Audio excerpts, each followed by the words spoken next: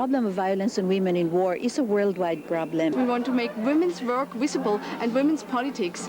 If you educate a man, you educate an individual. If you educate a woman, you educate a nation. We must elect more women, yes. I mean, we're only 10% in the parliaments of the world. The Fourth World Conference on Women is the largest international conference ever convened under the United Nations auspices. 17,000 people registered, including 5,000 delegates from 189 nation states, 4,000 representatives of non-governmental organizations, and well over 3,200 representatives of the world media. That was at the official conference. But the conference was notable because of the forum, the non-governmental organizational forum, which was an independent and parallel conference held in conjunction with the official conference and attracted some 30,000 participants, women and some men, from every part of the world. This is the largest participation that has ever occurred.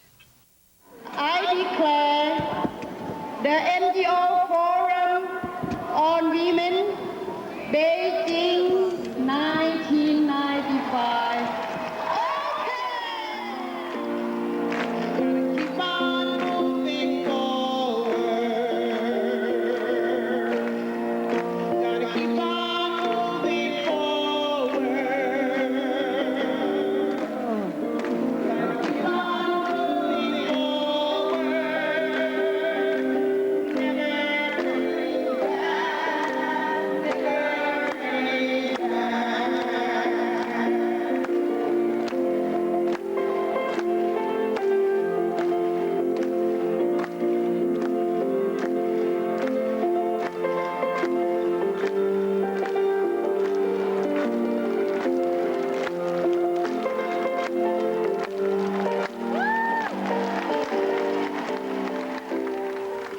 Beijing that we really gave birth to a stronger and newer global movement for democracy. The Beijing Platform of Action is the strongest statement, though not perfect, of consensus on women's equality, empowerment, and justice ever produced by governments.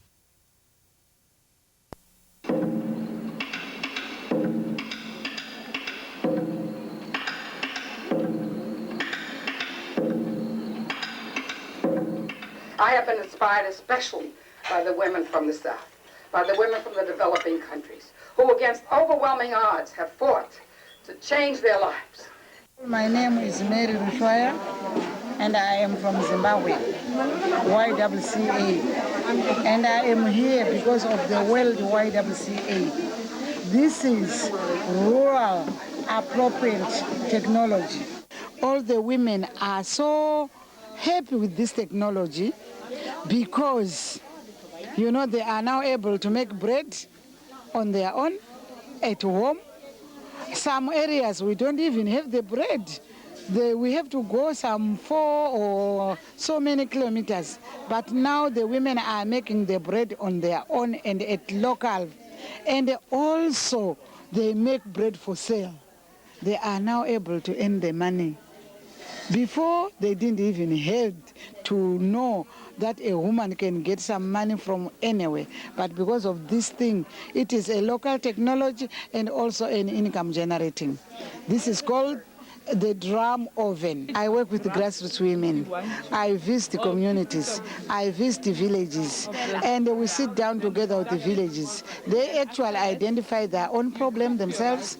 And then we sit down and share. And then I direct them how to go about an issue.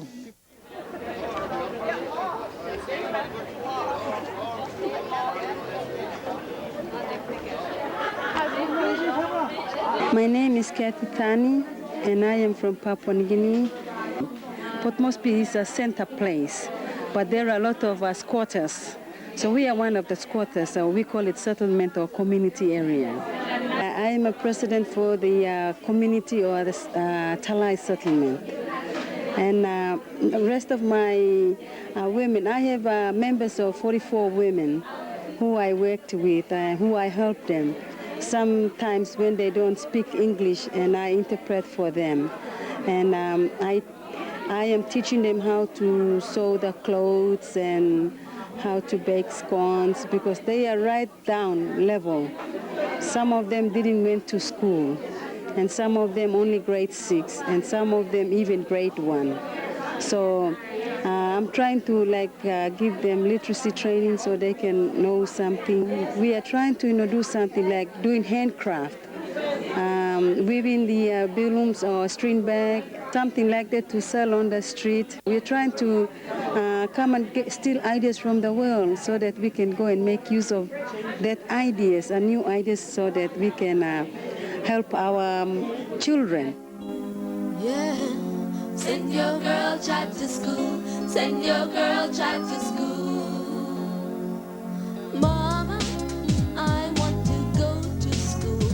Daddy, I want to go to school. I want to learn reading. My name is Nuha Hijab.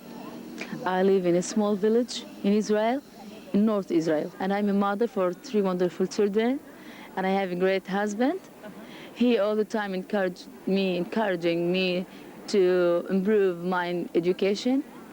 I didn't have a chance to learn when I was single, because I'm a girl first, and second because the economical situation with my family wasn't good to educate, because the university in Israel, it's expensive and you have to pay much money, and it's far from me. I have to travel every day.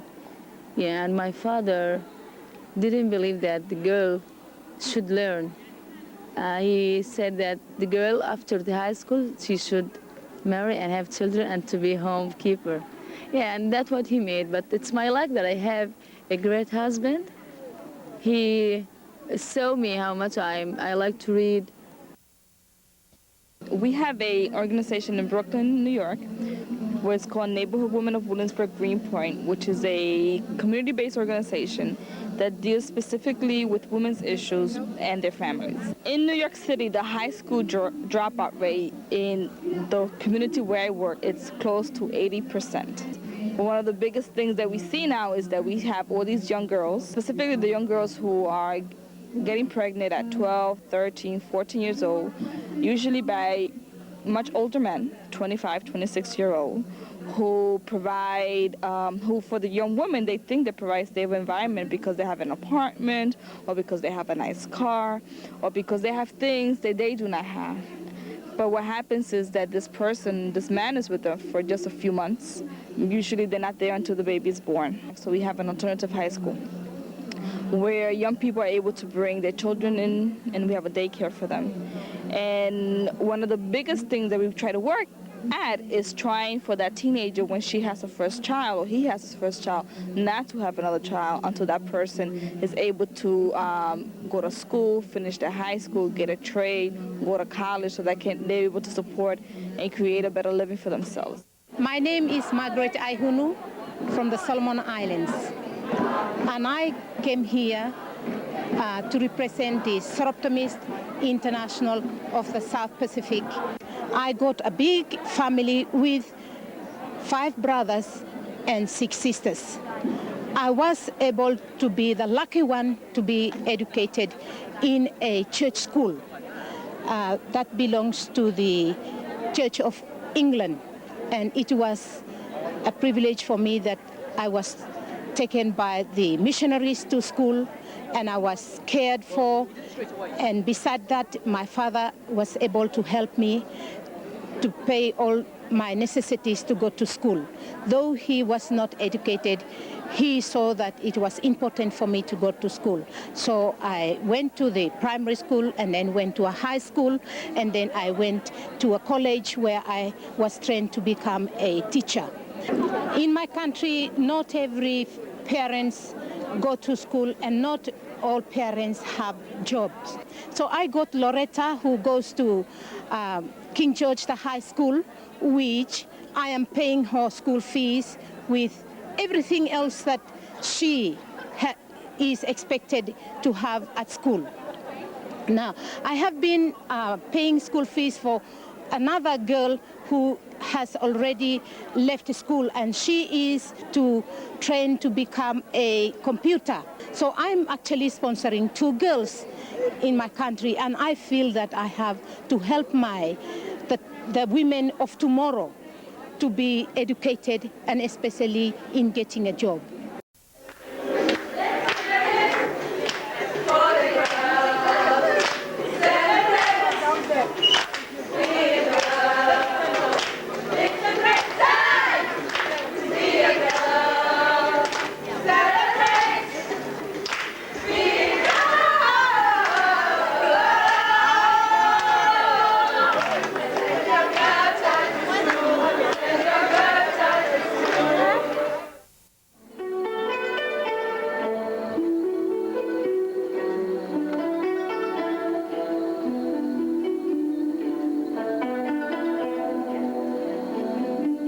My name is Zhang, Z-H-A-N-G, Zhang Zhanxia.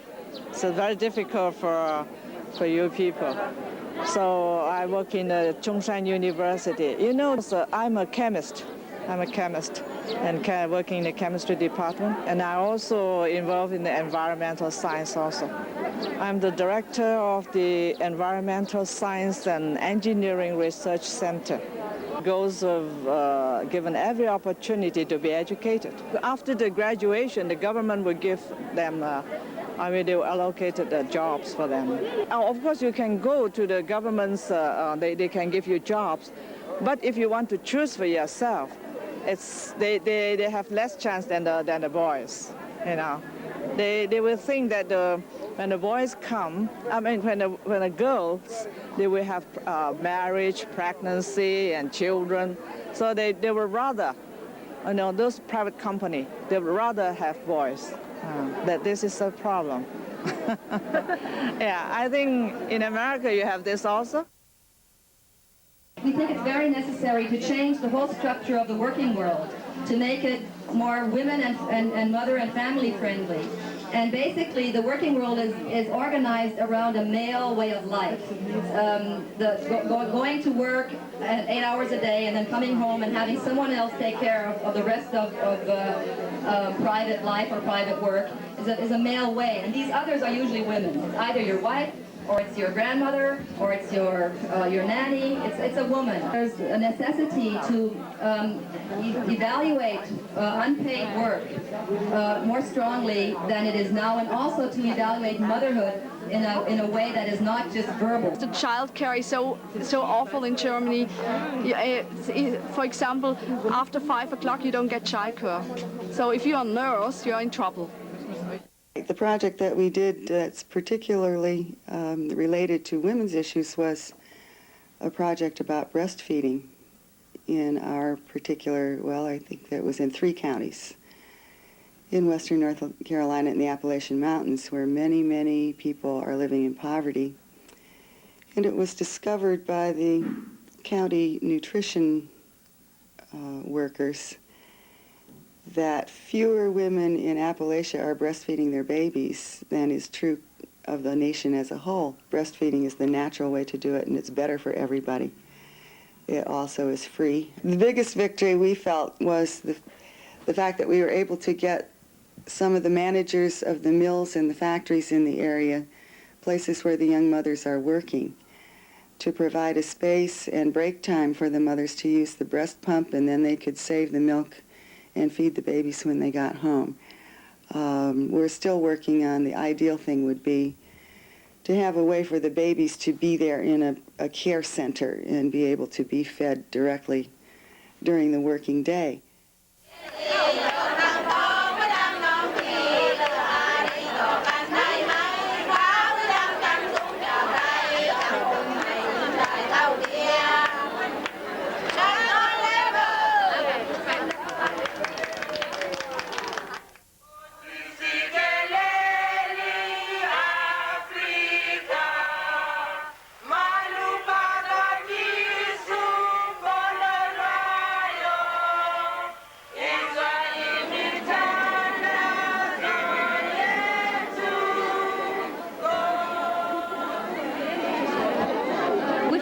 Amnesty International, and we're demonstrating that women's rights are human rights.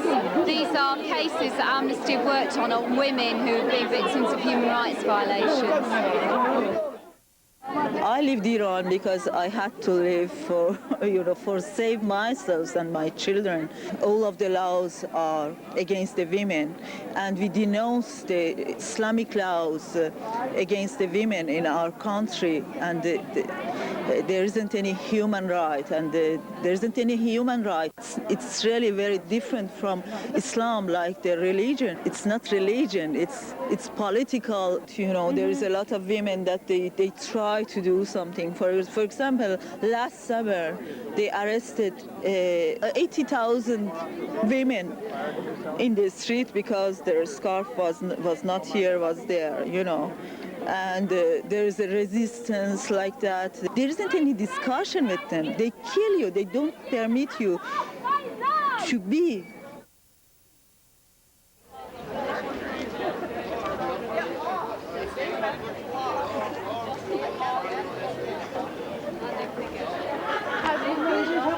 Unfortunately, even in the United Nations, in the platform for action, there is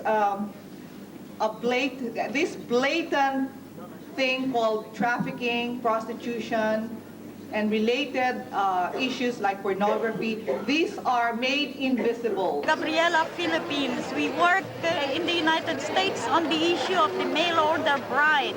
We have 50,000 women from the Philippines who have been sold to all kinds of men in the United States. And this business is legal and unregulated.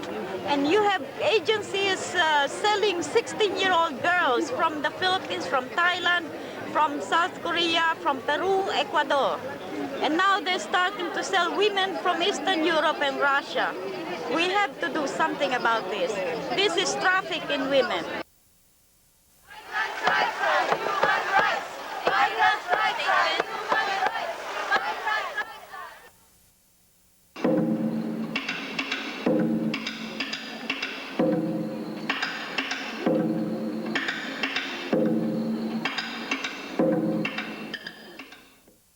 My name is Nelia Sancho, and I come from the Philippines. My organization is Lila Filipina and the Asian Women Human Rights Council. Lila Filipina started as a support group for Filipino comfort women survivors. The word comfort women actually is a term of the Japanese Imperial Army, which in Japanese is Jogun Ian Fu, and literally it means military comfort women.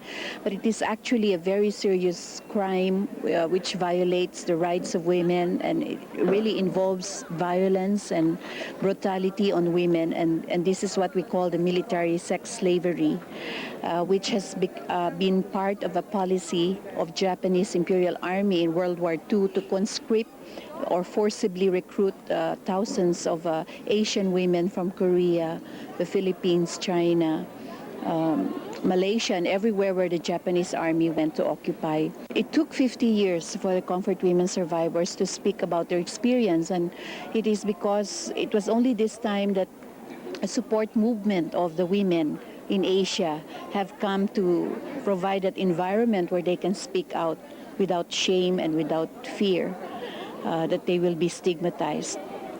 Na sa aking pagkatanda, dinadala ko. Kaya nung mabigyan ako ng pagkakataon para ipahayag. It was in the Second World War in 1943, 44, 45, when the Japanese army occupied the Philippines, that her experience of rape and sexual violence from the Japanese army started. She was barely 14 years old when this happened. She was still a girl, and so this was extra traumatic for her to experience extremely brutal rape from a Japanese officer who kept her for several nights and used her many times during the day. And she said that this experience had taught her how war and rape in war is extremely not only painful but really awful and all people should work together to stop wars and to stop rape in women. Sa mga napipinsala at naghihirap ng mga kababaihan. She's making a call to the Japanese government to be accountable for what they have done to all comfort women victims all over Asia. They have a responsibility because of what they have done about forcibly conscripting them and all other women victims.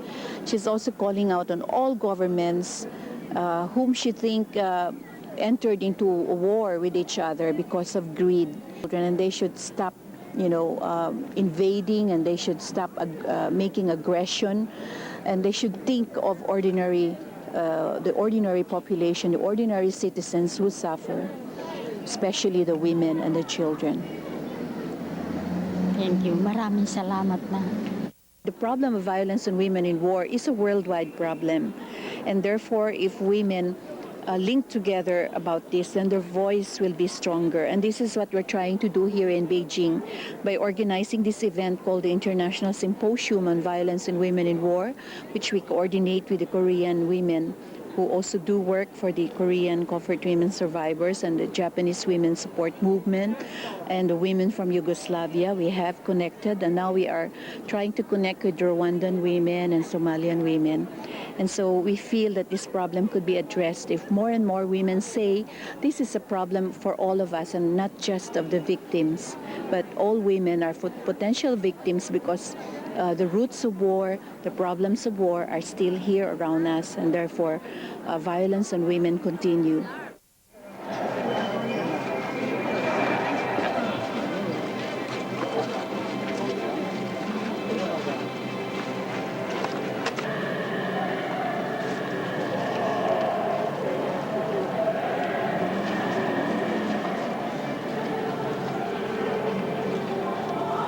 I'd like to speak for the women of the north of Ireland on all sides and for their struggle and hope for peace, which is at the moment not completely confirmed. I decided to not wear black because I am black.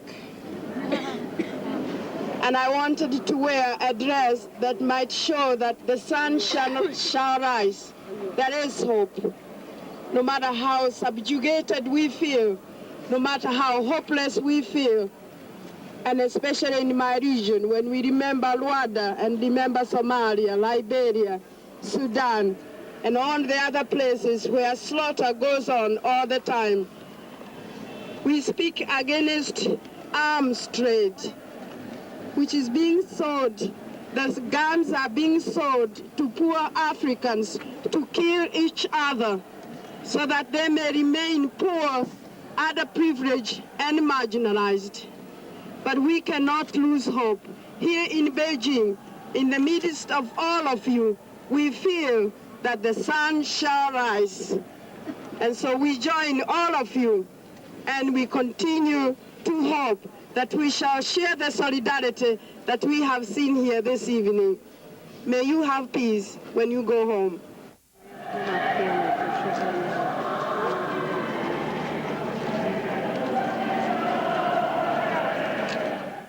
I think if we ever get it together to share our experiences and really look at it, it is the same. It is so similar, especially women in the third world country and women in the United States, especially women of color, who have very similar experience: high teen pregnancy, low education, domestic violence, issues of health, higher diabetes, higher cancer. Same thing, very, very similar stories that we all can share. What I'm seeing, there's a real determination, a real commitment to improving their lives, and they have the realization that it's women who are going to have to do that. Women came to Beijing in unprecedented numbers because we believe we do make a difference. I believe each of us can and does make a difference. Here today, it is important to know that the global women's movement is alive and well.